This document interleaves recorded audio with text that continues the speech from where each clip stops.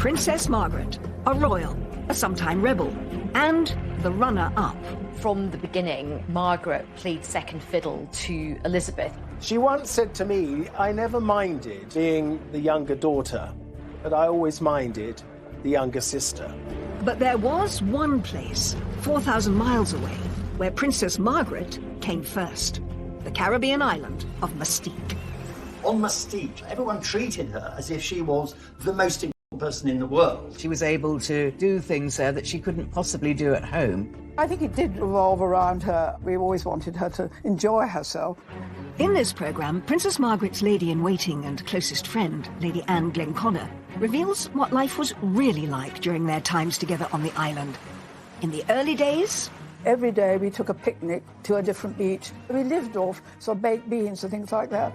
And the heydays. She said, I've got flying mice in here. I know she liked to drink, but I didn't think she drank all that much. And insiders and experts discuss the glamour and excesses of Margaret's Caribbean retreat. The hedonism, the partying, the love affairs. People disappeared to the beach to have sex. This was the kind of extravagant thing that was to become typical. But her glitzy Mustique lifestyle would come at a price. The Queen said, what are we going to do about my sister's gutter snipe life? Every time she enjoyed somebody's company, Peter immediately said, oh, she's having an affair with them. And Margaret's decadent island life put her in the public spotlight for all the wrong reasons. There's a lot of criticism that she's off having a jolly in Mustique on the taxpayers' expense. But through all the highs and lows of her years on Mustique, it remained the one place that Margaret could escape from the shadow of her sister. It was the only place in the world where she actually had a home that she could call her own.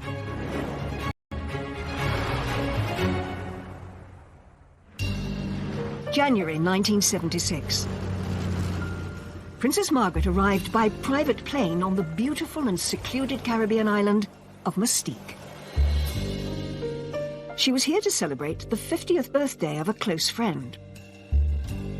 But she was also escaping. Back home, Margaret's marriage to Tony Armstrong-Jones, or Lord Snowdon as he was also known, had broken down. He'd had numerous affairs, and Margaret needed to get away from London and from him. And Mustique was the perfect place. Tony became a serial adulterer. What started the rumours about your marriage? You know more about this than I do, I'm afraid. The media were already making money. Who were concerned. Her sister, Queen Elizabeth, had reached the end of her tether. The Queen had said to Prime Minister James Callaghan words to the effect of, what are we going to do about my sister's gutter snipe life?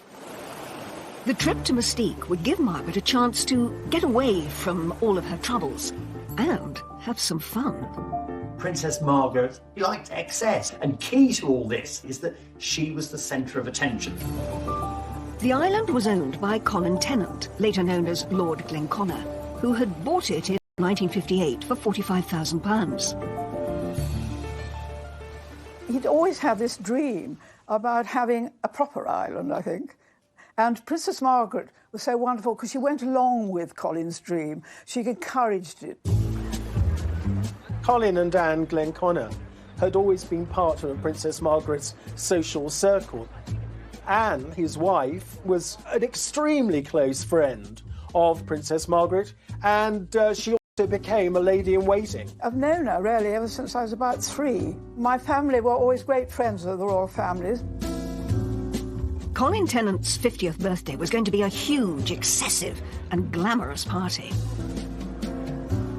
He was an ace putting on parties, and he was really only happy when he was doing that. You could do whatever you liked. People disappeared to the beach to have sex, skinny dipping in the sea, and this was the kind of extravagant thing that was to become typical. He was like a ringmaster, really, in a circus, arranging everything and controlling everybody and don't do this and don't do that. The star-studded party was the epitome of opulence and a world away from the stuffy life of the royals back in the UK.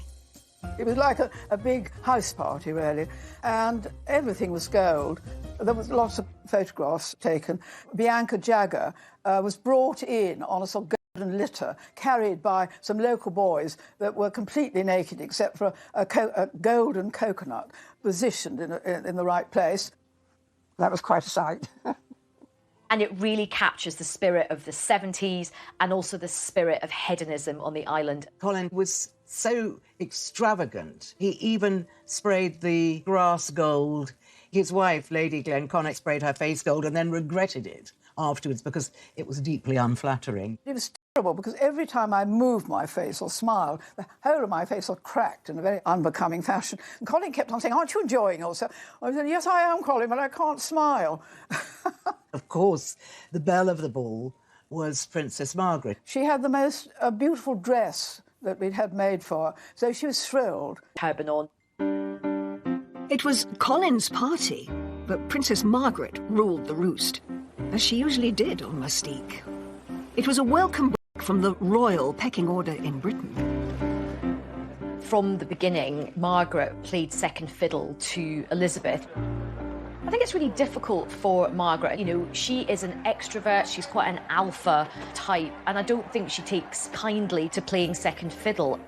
She once said to me, "I never minded being the younger daughter, but I always minded the younger sister."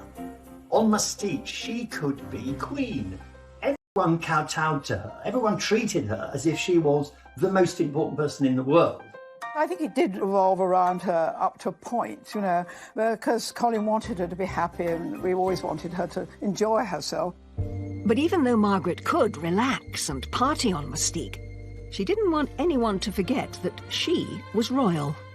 So people still had to curtsy and bow to her, even if they were in bikinis. And there were stories of waiters having to swim out to give her a cocktail. When she went swimming, because she was easily bored and insisted that people talk to her. One was deputed to swim with Princess Margaret. She had this beautifully coiffed hair, so she would swim very upright, doing a breaststroke, very, very slowly, looking ahead. And then I developed a sort of side stroke where I could keep up with her, doing a sort of doggy paddle with one hand. By the time of Colin Tennant's party, Mustique had become Margaret's very own pleasure kingdom, a centre of glamour and excess, and a refuge from her troubles back home. But when she first visited, back in the early 60s, life on the island was shockingly different.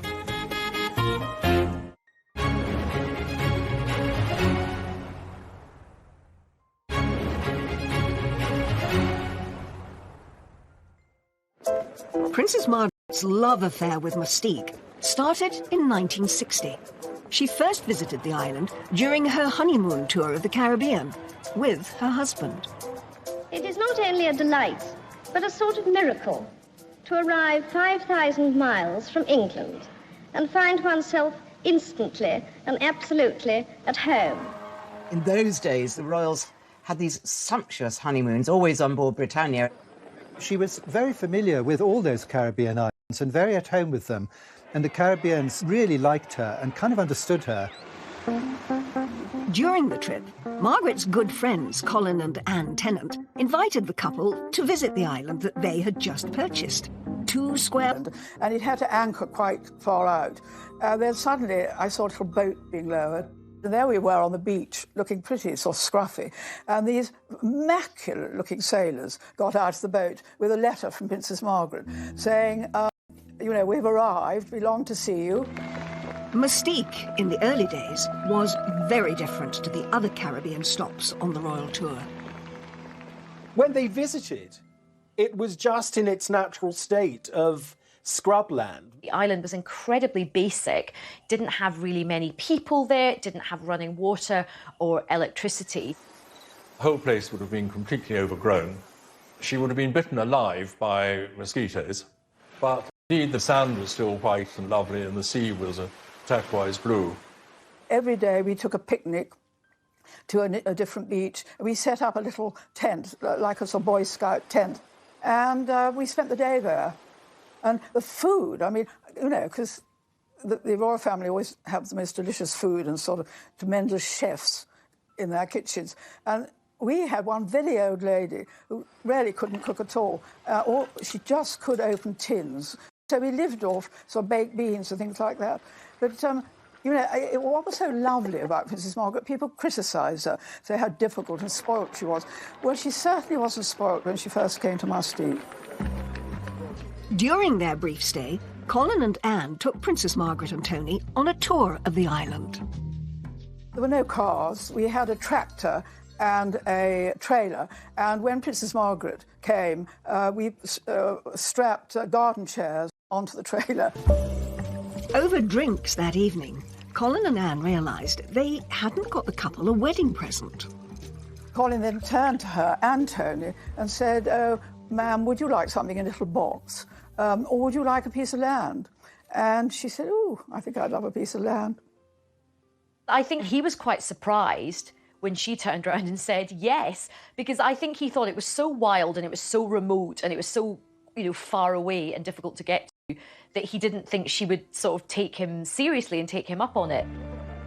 Princess Margaret fell in love with the tiny island of Mustique, but her husband didn't. Tony didn't greatly care for the Glenconners, so far as I understand it, and the land was given as a wedding present to Princess Margaret. It wasn't given as a joint wedding present. I mean, he wasn't interested at all. That was really the only time he ever went there. As Margaret left the little island that she'd fallen in love with, she had no idea when she'd be back. Margaret's marriage to Tony was going through a rocky patch.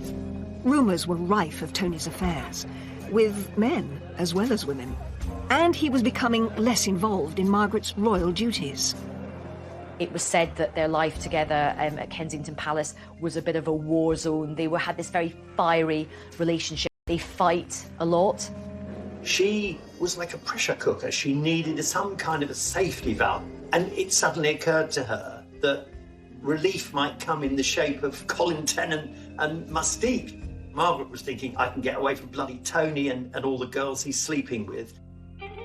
Colin and Anne Tennant hadn't spoken to Princess Margaret about their gift of a plot of land on Mustique since her visit there in 1960. So when Margaret called about it, it came as a surprise.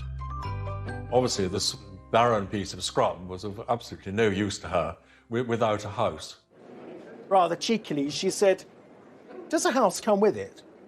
When he and I were talking about this, and he actually said, "Well, I could hardly say no, could I?" He said, "So I ended up paying for the house." Margaret was famously tight-fisted. If she could avoid paying for something, she would. And of course, she knew that Colin Tennant didn't mind at all. You know, Colin wasn't a poor man. He had the money, he could afford to do it. Towards the end of 1968, Princess Margaret flew out to Mustique to start making plans for her Caribbean home.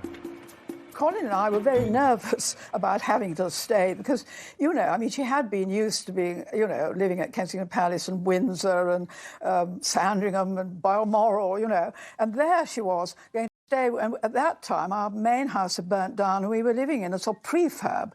I mean, it was really, really simple. Quite a journey to get there. You had to fly to Barbados and then fly to St. Vincent and then had to take a boat. The sea is quite treacherous there, actually. It could be very choppy.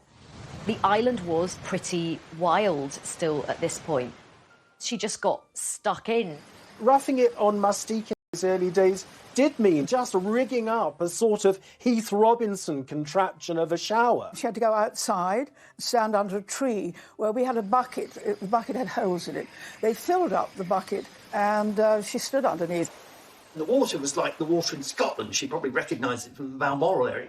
It was orange. You know, there was so much clay in it. There's a story about how at night these huge mice start to try and sort of throw themselves at the mosquito net.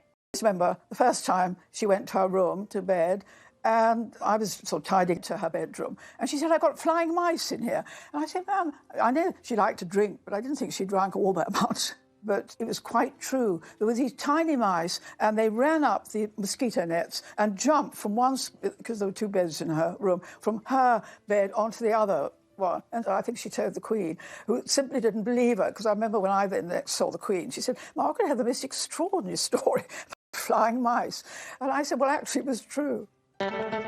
There was no easy way for Princess Margaret to get to her plot of land, so she was forced to walk up to it. They had to trek along narrow paths where she might easily have got the royal legs scratched a bit. We dressed her in Colin's pyjamas, we tied string round her ankles and wrists, and out we went to find where we thought she'd like to build a house. So we had this wonderful picture of the Queen's sister in what presumably were oversized pyjamas, trekking over this very rough territory in very high temperatures. It's perched up very high with a wonderful view over the sea below, and the bays and things. So it must have been heaven to be up there. When Margaret saw the land, it said she wasn't totally happy with the size of it. He suddenly saw her taking the pigs out and disappearing off into the jungle. And Colin said, what are you doing, ma'am? And she said, well, I think I need a bit more land. So Colin said, why? And she said, well, I've got to have gatehouses for my security. She was very keen to have Oliver Messel design the house, partly because she loved his designs. He was an eminent theatrical designer, and she'd seen his house on Barbados and loved it. It is extraordinary that as Princess Margaret demanded more and more, she demanded perfection when the house was being designed. I don't think it ever occurred to her to offer to pay for some of the work. As work on Margaret's house got underway, Colin Tennant picked up the bill for everything. And soon, the princess realised that her new house could be the perfect place to invite her gentleman friends. It was a very discreet spot if she wanted to bring any lovers there. I think it was more because she needed to feel better about herself. She'd been rejected effectively by Tony and she didn't like it. One of the most persistent of Mustique rumours was that Princess Margaret met and had a relationship with a guy called John Bindon. Margaret first met John Bindon when he was on holiday on the island. He is supposed to have shown his party trick to Princess Margaret. With his member. The last thing Princess Margaret was approved, so she'd have loved his party trick and she'd have laughed. There was a photograph of them together, not in any compromising situation, but of course the rumour mill went into overdrive and there was lots of speculation that they were having this clandestine, illicit affair. He certainly boasted about it, and he talked quite vividly about his affair with Margaret. But maybe that was just him, but certainly the story took legs, and subsequently there have been several films made about it. John Bindon's wasn't the only name romantically linked to the princess. Margaret was photographed with many men, like this one, where she looks captivated by the front man of the Rolling Stones. Mick Jagger was persuaded very early on, and apparently by Princess Margaret. He was persuaded to buy a house on Mustique, which he still has. Princess Margaret was great friends with Mick, and of course they'd lived on the island together. People said they had an affair. It's absolutely untrue. Every time she enjoyed somebody's company or laughing with them or dancing with them, you'd immediately said, oh, she's having an affair with them. And absolutely untrue. There were always tons of rumours circulating about what was happening in Mustique because it was such a party island and everybody just mixed. Everybody would go to each other's houses. Princess Margaret's house was finally completed in February 1972. It had 4 bedrooms, a swimming pool and stunning views over the coast, as seen in these images from the ITV programme Wish You Were Here. Princess Margaret christened her holiday getaway Les Jolies Eaux, pretty waters. It was most often described as a villa, the princess's Caribbean villa. And she didn't like that. She said, a villa? It's not a villa. It makes it sound like something you'd find in Brighton. She said it wasn't a villa, it was a single-storey house. It was amazing that she built a house, and that, of course, encouraged other people to come. Interesting thing is it was really the only home she ever actually owned, because in London she lived at Kensington Palace, which is not, which is just where princes and princesses live, but they own those places themselves. One thing that Princess Margaret put on the wall inside her house was a framed copy of Antigone's portrait of the Queen. This stern portrait was an imposing reminder of her royal duty back home.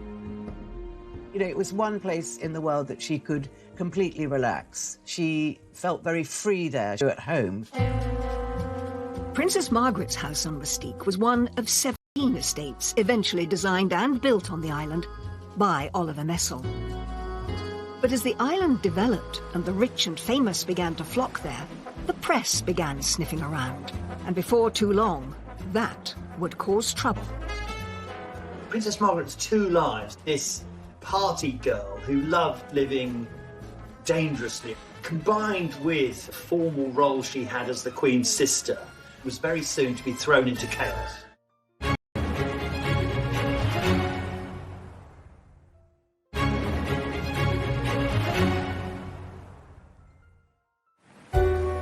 Mustique had become Princess Margaret's special hideaway, not just from her royal duties, but from her marriage too, which was now in serious trouble. She was very angry about the allegations of his indiscretions, so I think she decided that she needed somewhere that she could escape to.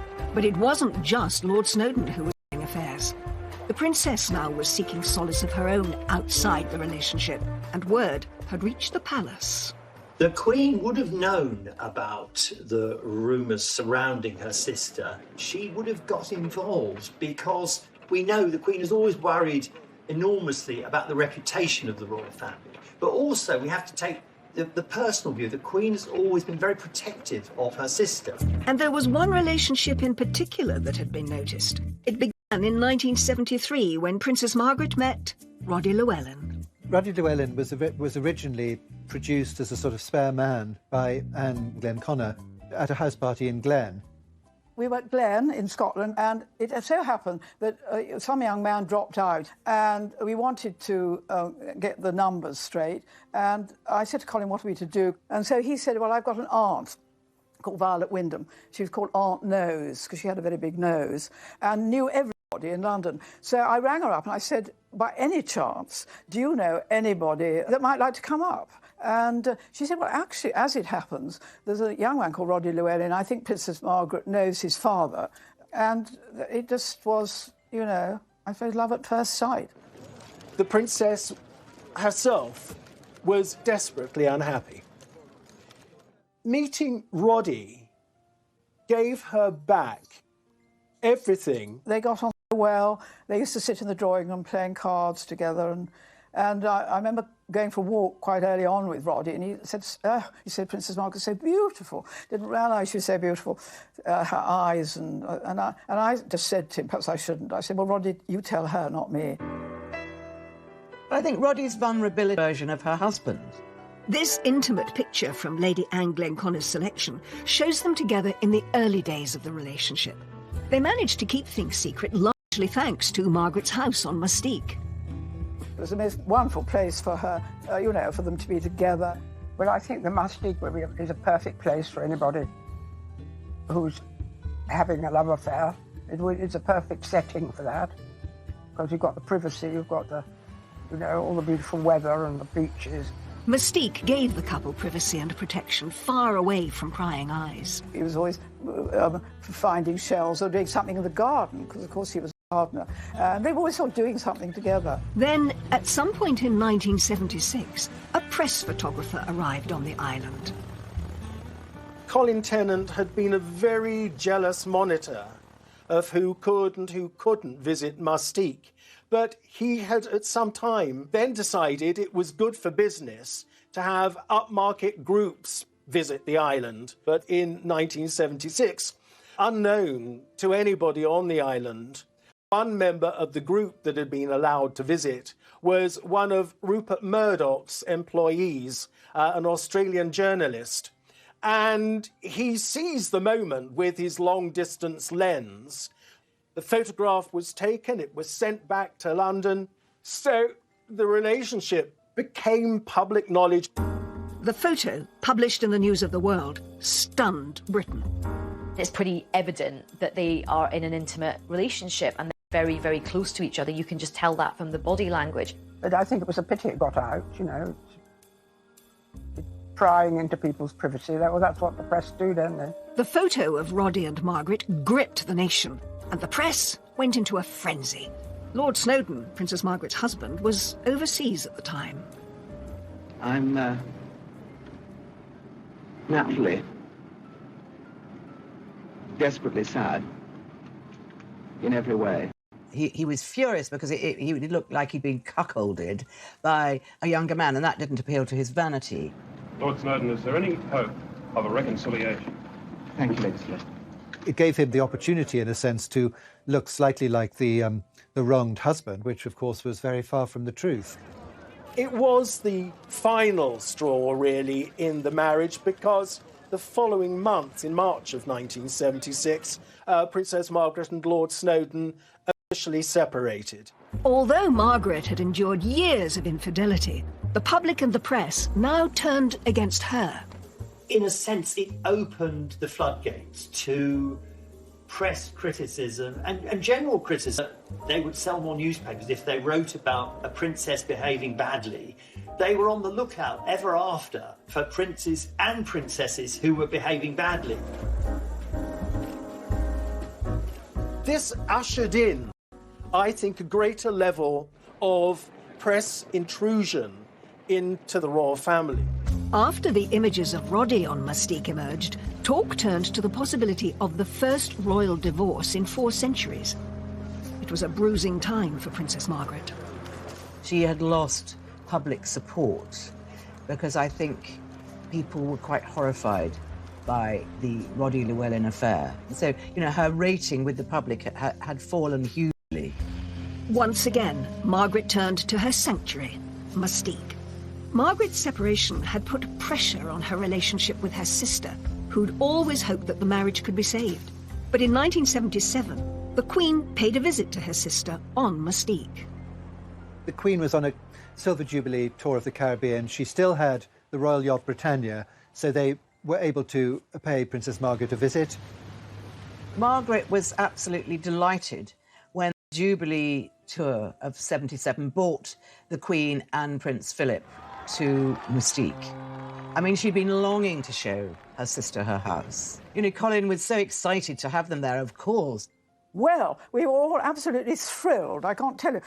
Colin nearly fainted with pleasure, but he thought he'd never get the Queen to come to Mustique, but it was tremendous. Anwar Hussain was one of the few photographers permitted to capture the extraordinary moment. The Queen visited her sister on the island. Queen was on Britannia, and I had a number of the PR. I rang him and I said, look, we want to come, and it's a historic moment. Queen has never been to Mustique, and they like these sort of pictures I did of Queen looking more natural. It would be Queen Elizabeth's first time on the island that had meant so much to her sister over the years. They had a little boat to bring them into a little jetty. See the way they arrived, they had made a special gown, and where they walked through it, and it was sort of very rustic, and the little kids, local kids came and joined, dressed as fairies, and I think it was quite a little personal touch. The locals were meticulously coached for the monarch's arrival. I taught them how to curtsy and taught the men how to bow. And I said, you know, when the Queen comes, you stand up. Well, when the Queen got off, they never moved. They sat absolutely on their seats. And I could see her so graciously going, looking and smiling. The Duke of Edinburgh, of course, being the Duke of Edinburgh, the minute he got off, he turned to Colin, actually quite rather dashed by that. During the Queen's visit to Mustique, the partying, the extravagance, the outrageousnly, that would have all been put on hold. Colin Tennant would have been on his best behaviour. She would have visited her sister, but it all would have been very, very low-key, no wild parties. The vehicle laid on for the Queen to travel the island was rather different to what she might have been used to back home. If you see the pictures, of her getting into a VW Combis instead of a Rolls-Royce, they all got into it, and I think it's quite different than the lifestyle in England. I'm very relaxed about it. Despite the very informal feel, the trip was a success. they got to Macaroni Beach, it was so wonderful that the Duke of Edinburgh swam from one side of the bay to the other, and the Queen jumped into the sea. I think the fact that the Queen went swimming in Mustique shows you how secluded Macaroni Bay was, particularly to think that, you know, the Queen was able to swim without prying eyes, and nice to know that the Queen got to do something just fun for her and wasn't always on duty. And I think what was nice was she had a lovely relaxing day. Just one or two people had lunch with her and Princess Margaret. Colin and I did, obviously. And she had and she went round the island, and she, I think really what she was so pleased about was that Princess Margaret was so happy. It had been a moment of lightness for Margaret and her sister during a difficult time. The year after the Queen's visit to Mustique, Margaret's divorce from Lord Snowdon was finalised. It was a significant moment in royal history. The Queen's reaction, of course, understandably, was one of concern, because she'd always wanted Princess Margaret and Tony to make the best of the marriage, to patch it up. She didn't want divorce within the family. If Margaret thought her divorce would draw a line under things, she was wrong. The public and press remained hostile, and soon they were baying for blood. Of course, at this point in British modern history, the country is going through a very, very difficult time. And there's a lot of industrial unrest, there's a lot of poverty, there are strikes, and there's a lot of criticism that she's off having a jolly in Mustique on the taxpayers' expense. I think there ought to be a cost-benefit analysis of the royal family expenditure on income. 2 MPs rounded on Margaret as a parasite royal, having a good time on the public purse. Dennis Canavan and Willie Hamilton were 2 of Princess Margaret's most vociferous critics in Parliament, and Willie Hamilton calling her a floozy. It is a paradise island, and it does have parties, and people don't go there to work, they go there to relax. So you could present it very much as her neglecting her duties. Over the next 10 years, Margaret's royal duties reduced significantly, and she was free to spend more time on the island. But the hedonistic party days were starting to take their toll.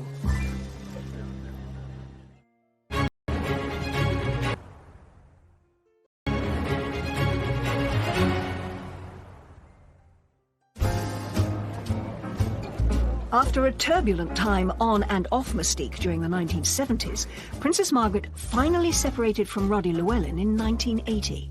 The princess's relationship with Roddy had lasted for 8 years. But in 1981, he married a very charming and talented lady called Tanya Soskin. She knew Roddy wanted to get married. She accepted it. She made friends with his wife so that, she would be able to see him again. And when he had his 3 lovely daughters, she was always interested in them. Margaret remained officially single for the rest of her life, but she still loved a good party. And in 1986, Colin Tennant hosted a celebration for his 60th birthday on Mustique. And it was a glamorous and opulent affair. Colin had chartered this enormous, great 400-foot sailing vessel. And so, again, the great and the good were treated to a week of wonderful parties, culminating in the Peacock Ball. We started off in St. Lucia, we went to Martinique, and then we had parties on all the different islands. Princess Margaret didn't come on the boat. She was in her house in Mustique, and she gave a wonderful lunch, which was a sort of festival, of bobbing apples, champagne. Anyway, about 6 people, including Princess Margaret. The Peacock Ball was a star-studded night, as this extraordinary photograph shows. But royal tradition dictated that Princess Margaret should be the last to arrive. Princess Margaret was not going to arrive until all the guests had arrived. And there was one to come, who of course was Raquel Welch. Anyway, eventually there was a stalemate, and the Princess Margaret then came in and was greeted by Colin and Anne. And then Raquel Welch came in. Raquel Welch was always late for everything, so she actually was later than Princess Margaret, which was slightly irritating Princess Margaret because she's always meant to be the last person to arrive. As seen in this intriguing photograph, the evening saw Colin adorned in a crown of his own. The culmination was the crowning of Colin as the King of Mustique by Princess Margaret, which of course was a joke because Mustique is part of sovereign territory. Though what these remarkable pictures don't show is that there was also lots of alternative entertainment available. Effectively, pornographic films were shown, and it's difficult to know what Margaret would have made of the adult films. But I think by now she thought, well, whatever I do, there's a chance that someone will find out, and I need to live my life, so I'll take the risk. It would be one of the last great Mustique parties that Colin would throw and Princess Margaret would attend, as her hedonistic lifestyle would eventually catch up with her. Well, Margaret had always been a smoker and she'd always been a drinker. And eventually this took a toll on her health. And she had part of her lung removed, which is in fact what had happened to her father, King George VI. Whilst Mustique was the location for some of the best times of her life, it was also where her well-being began to suffer. In the 90s, Margaret really saw her health decline, and she ended up having a couple of small strokes while she was at Mustique. On her way to a hospital in Barbados this evening, Princess Margaret, with sun hat and sunglasses, before tests to see how soon she can return to Britain to convalesce after her mild stroke. The most significant event, however, was when Princess Margaret suffered severe burns to her feet in 1999. The thermostat on the boiler wasn't working properly, and she thought she was turning off the hot tap. She turned off the cold, and this boiling water, she was standing up, went straight on our feet. She woke me up and she said, Anne, I don't want anybody coming in except you. And I looked after her night and day. And I remember one day I was quite tired because, you know, I had to help her in the night if she wanted to go to the bathroom and that sort of thing. And so I said, would you mind, she had 2 single beds in our room, I said, would you mind if I got into the next door bed and we could watch some videos and, you know, I could be company. Oh, she said, yes, is it like boarding school? Because she'd never been to boarding. You know, first and only time I did ring the Queen up, I said, ma'am, could you help? The doctor thinks she's well enough to go on Concorde, because in those days Concorde came to Barbados. So we flew back and she went to hospital. But her feet really never recovered. By this time, Les Jolis Eaux had been gifted to Margaret's son, Viscount David Linley. The villa had been signed over to him to celebrate his 1996 wedding to Serena Stanhope. I think that most people like a sense of continuity, and I think Princess Margaret probably did hope that it would go on being a happy home for her descendants. But as with so much in her life, Princess Margaret's hopes and dreams did not quite come into fruition. In 1999, Viscount Linley put the villa up for sale. So Princess Margaret was really upset when her son decided to sell Les Jolis Eaux, because this was the only thing that she really owned in her own right. When you bear in mind what it had actually meant to her for so long, I think it hurt her very much. The villa was sold to new owners in the year 2000, and just 2 years later, Princess Margaret died. Draped in her own blue and crimson standard, Princess Margaret's coffin leaves the King Edward VII Hospital late this afternoon. Her ashes were placed in a tomb with her father, King George VI. It had been a life well lived, and Princess Margaret's time on Mustique had scaled the highest highs and touched some of the lowest lows. I think lots of Margaret's life became so entwined with Mustique, you know, the high points of her life, you know, the hedonism, the partying, the love affairs, but also the bad times as well. The scandal of her affair with Roddy becoming public, and the heartache that brought her and the rest of the royal family, and of course some of her health issues.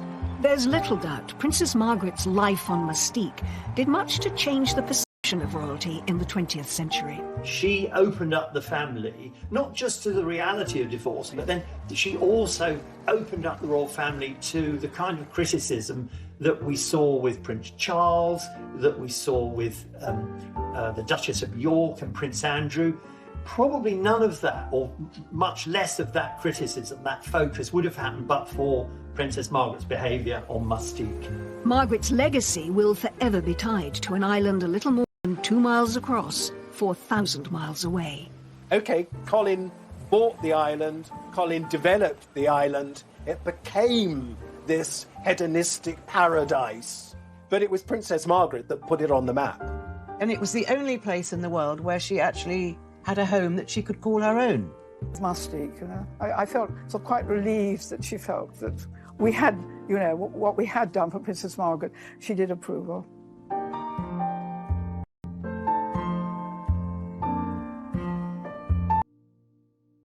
Was shockingly different.